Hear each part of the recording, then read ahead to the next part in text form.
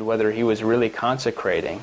The bread and wine is the true body, blood, and soul and divinity of Jesus Christ.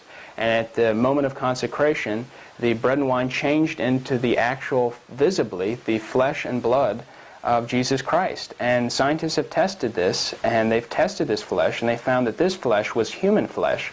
The blood is human blood, and the blood type of the flesh and blood is AB.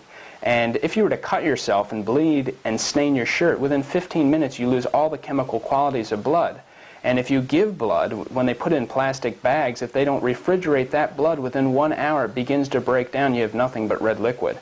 But they took a particle of the petrified blood and liquefied it during these tests, and they found it had all the proteins and chemicals of freshly shed blood 1,300 years old. And during these tests, when they tested the slice of the heart, rigor mortis had not set in, and it was determined that the slice of the heart was a living heart.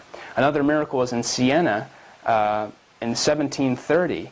There were thieves that broke into a church and they stole a ciborium among other things, but they left the ciborium with 351 hosts somewhere down the road. They recovered the ciborium with the 351 hosts. They didn't consume the hosts, and they still have these hosts. They're from 1730, and they still have not decomposed, and this is incredible. In Cassia in 1300, there was a farmer who needed the last sacraments from the priest, and he called the priest. The priest went out on a sick call, but instead of taking the host and putting it in a pyx, he threw it in between the pages of a book. And so when he prepared the farmer for Holy Communion, he opened the book, and instead of the host being in between the book, there was a blood stain on the page of the book. So this is a miracle in and of itself. But if you can go to the church in Cassia and you can see the page of this book with the blood stain.